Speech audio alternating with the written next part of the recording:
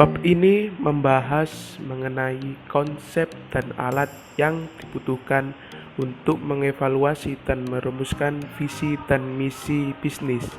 Visi dan misi bisa diketahui dengan berfokus pada awal bisnis tersebut dimulai. Saat keyakinan tentang bisnis itu dituliskan, hasil tersebut akan menggambarkan ide dasar yang akan mendasari penyusunan dari visi dan misi. Saat bisnis tersebut sudah berkembang, pemilik atau manajer perlu memperbaiki keyakinannya, tetapi ide aslinya biasanya akan direfleksikan pada pernyataan terbaru mengenai visi dan misi. Terkait dengan visi ini, visi harus dapat menjawab pertanyaan dasar seperti mau jadi seperti apa kita. Visi yang jelas memberikan dasar untuk mengembangkan pernyataan misi yang luas. Visi harus ditetapkan terlebih dahulu. Visi seharusnya dibuat ringkas, lebih baik satu kalimat, dan para manajer yang harus memberi masukan dalam penetapan pernyataan tersebut. Sedangkan untuk misi ini menurut para ahli yaitu Drucker menyatakan bahwa visi ini ditanyakan apa bisnis kita ini, apa yang sedang kita jalani. Seperti menanyakan apa misi dari kita ini. Misi ini merupakan deklarasi dari alasan untuk menjadi sesuatu dari sebuah organisasi. Misi yang jelas diperlukan untuk menetapkan sasaran yang efektif dalam merumuskan sebuah strategi.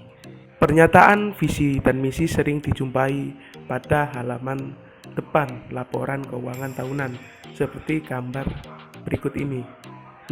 Pernyataan tersebut sering disajikan sebagai dasar perusahaan secara keseluruhan dan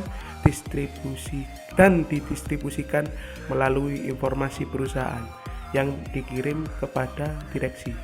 Pernyataan tersebut merupakan bagian dari laporan internal seperti permintaan pinjaman, perjanjian dan penyedia, kontrak dengan pekerja, rencana bisnis, dan perjanjian pelayanan dari pelanggan.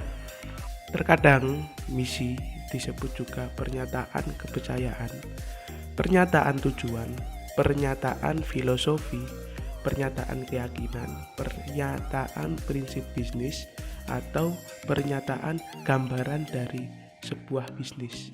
Pernyataan misi ini mengungkapkan akan menjadi seperti apa organisasi tersebut dan siapa yang akan dilayaninya. Pernyataan yang disiapkan secara hati-hati pada visi dan misi diakui secara luas oleh para praktisi dan akademisi sebagai langkah awal dalam manajemen strategik. Visi versus misi. Banyak organisasi menetapkan pernyataan visi maupun pernyataan misi, di mana pertanyaan misi menjawab apa bisnis kita dan pertanyaan visi ini menjawab mau jadi seperti apa kita. Bisa diketahui bahwa keuntungan bukan visi atau misi yang merupakan motivasi utama dari sebuah perusahaan, tetapi keuntungan ini tidak cukup untuk memotivasi seseorang, melainkan keuntungan bisa memberi kesan negatif bagi beberapa pekerja. Pekerja biasanya melihat keuntungan sebagai sesuatu yang mereka hasilkan, tetapi manajemen yang memakai dan bahkan diberikan kepada pemegang saham. Oleh karena itu, baik keuntungan maupun visi dibutuhkan untuk memotivasi pekerja secara efektif. Proses pembentukan pernyataan visi dan misi. Visi dan misi yang jelas diperlukan sebelum strategi cadangan dirancang dan diterapkan.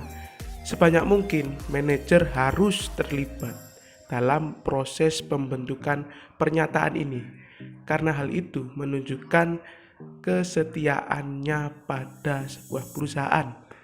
Pendekatan yang paling umum dalam pembentukan visi dan misi ini adalah pertama, memilih beberapa contoh artikel tentang pernyataan tersebut dan meminta para manajer untuk membacanya sebagai informasi dasar. Lalu, minta para manajer untuk menyiapkan pernyataan visi dan misi untuk perusahaan. Fasilitator, komite atau manajer utama akan menggabungkan pernyataan-pernyataan tersebut ke dalam satu dokumen dan menyampaikannya kepada seluruh manajer. Usulan modifikasi, penambahan, pengurangan diperlukan seiring dengan perbaikan dokumen tersebut, karena semua manajer memberikan masukan dan mendukung pada dokumen akhir. Perusahaan bisa dengan mudah memperoleh dukungan untuk merumuskan strategi lain, menerapkan dan mengevaluasi. Selama proses pembentukan visi dan misi tersebut, beberapa perusahaan melakukan diskusi kelompok untuk membentuk dan mengubah rancangan yang sudah ada.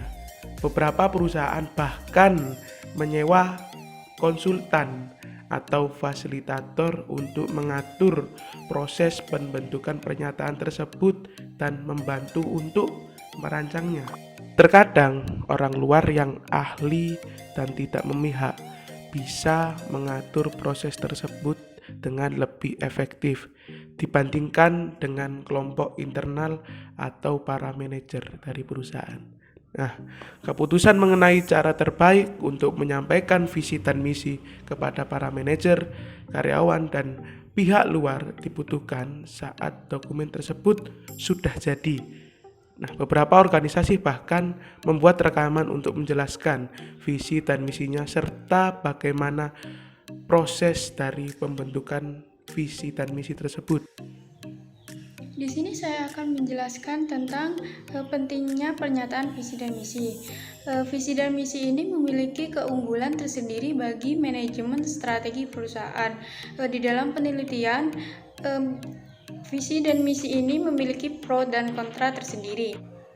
Menurut Ridge and Witten menyatakan bahwa perusahaan yang memiliki pernyataan visi dan misi yang formal akan mengalami imbal hasil yang lebih tinggi 2 kali lipat dibandingkan dengan perusahaan yang tidak memiliki visi dan misi yang formal. Lebih lanjut, Beach and Birch menyatakan bahwa terdapat hubungan positif antara pernyataan visi dan misi dengan kinerja organisasi. Dalam Business Week melaporkan bahwa perusahaan dengan pernyataan visi dan misi memiliki imbal hasil atas ukuran keuangan 30% lebih tinggi dibandingkan dengan perusahaan yang tidak menggunakan pernyataan visi dan misi. Beberapa studi menyatakan bahwa pernyataan misi tidak secara langsung berkontribusi secara positif, namun harus dilakukan dengan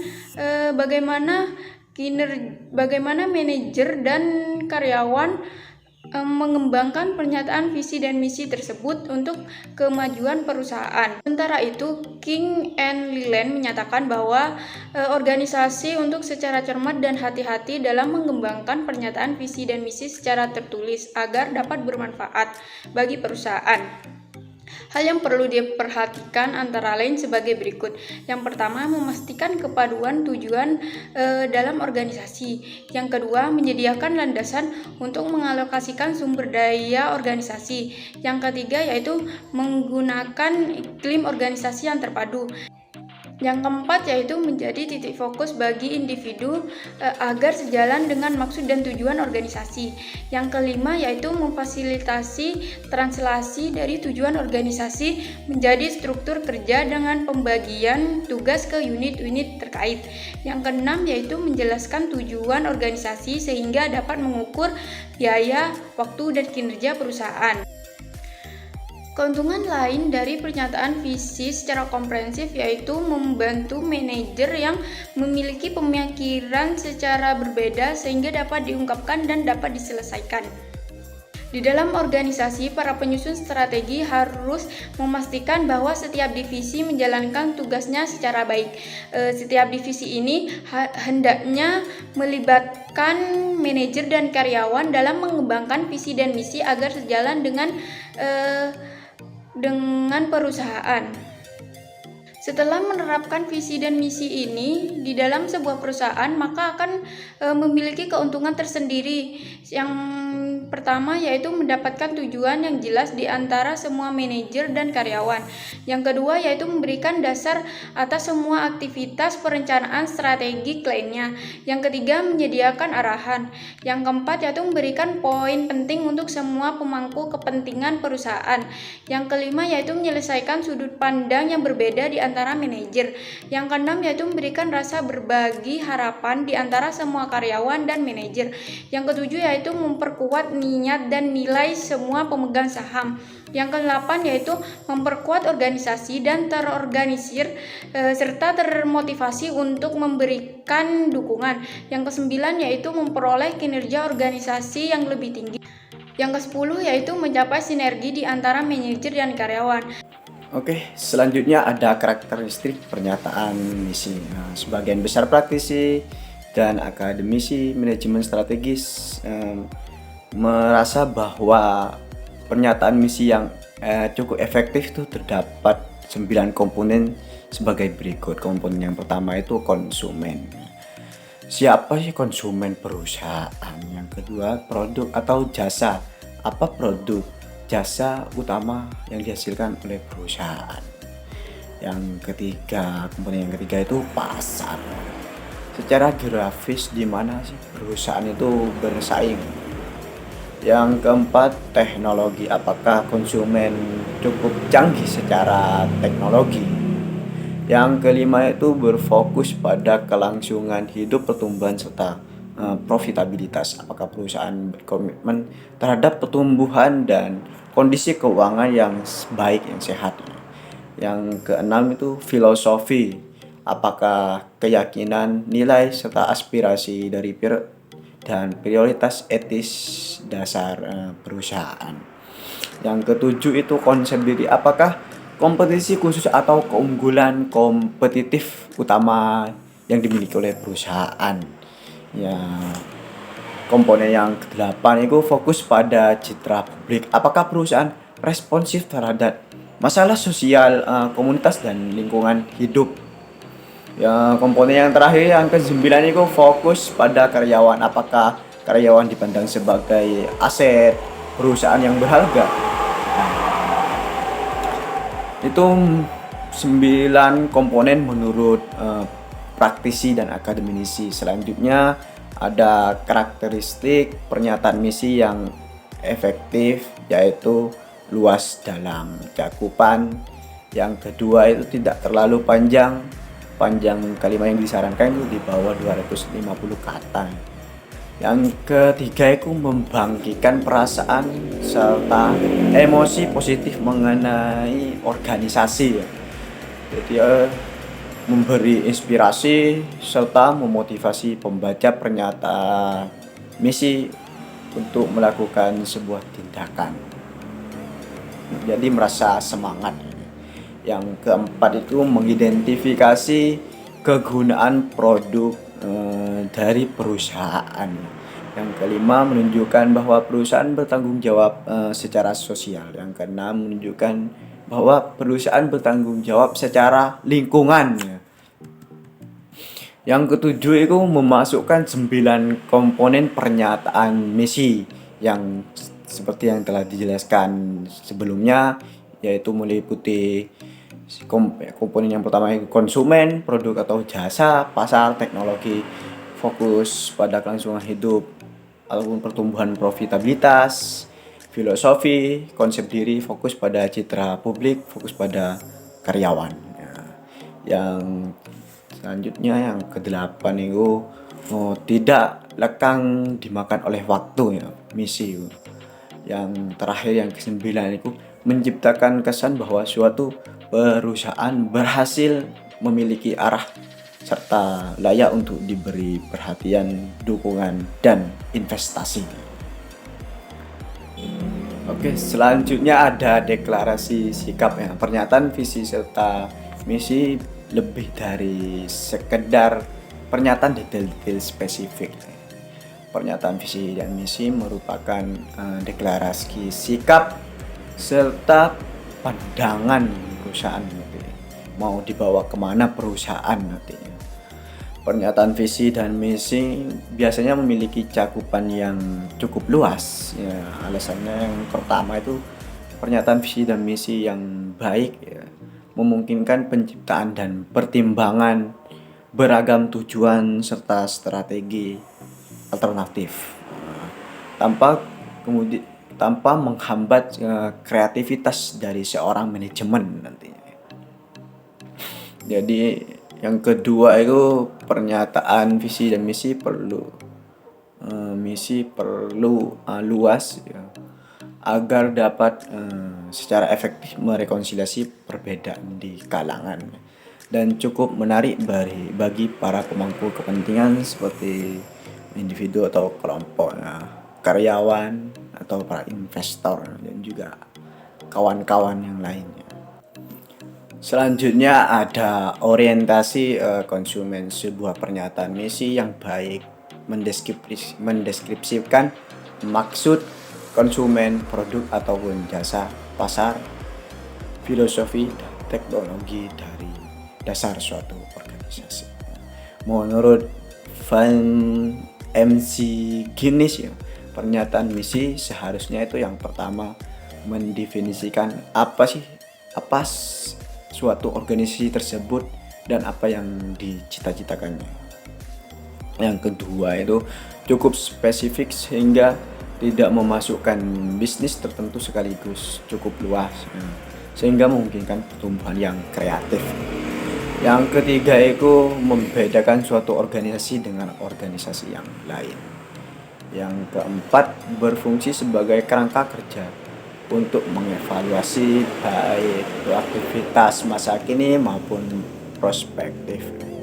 Yang kelima itu diungkapkan secara cukup jelas agar dipahami secara luas ya, di seluruh lapisan organisasi ya. Jadi misi itu harus jelas.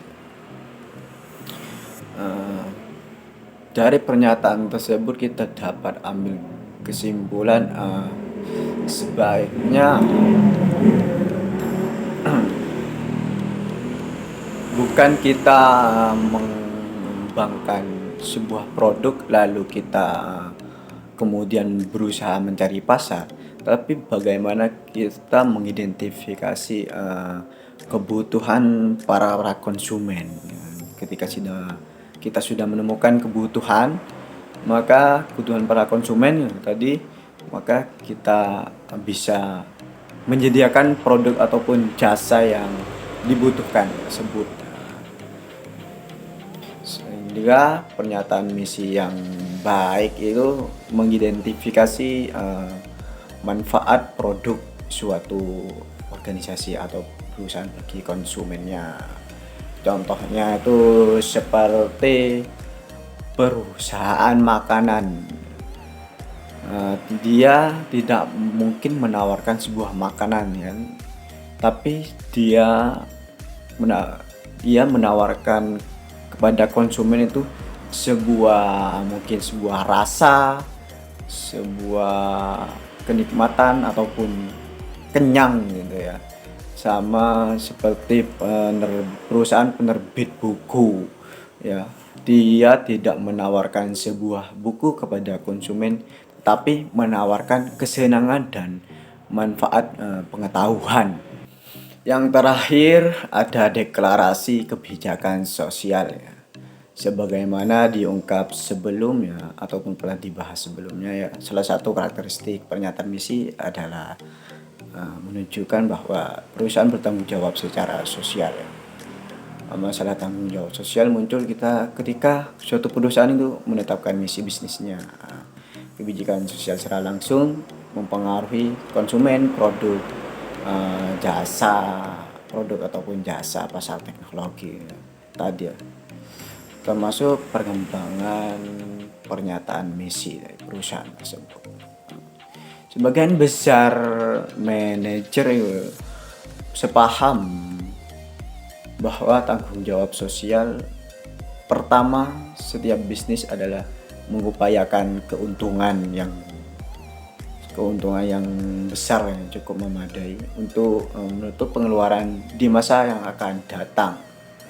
Sebab jika perusahaan rugi ataupun targetnya tidak tercukupi, ya, tanggung jawab sosial pun tidak akan pernah berjalan.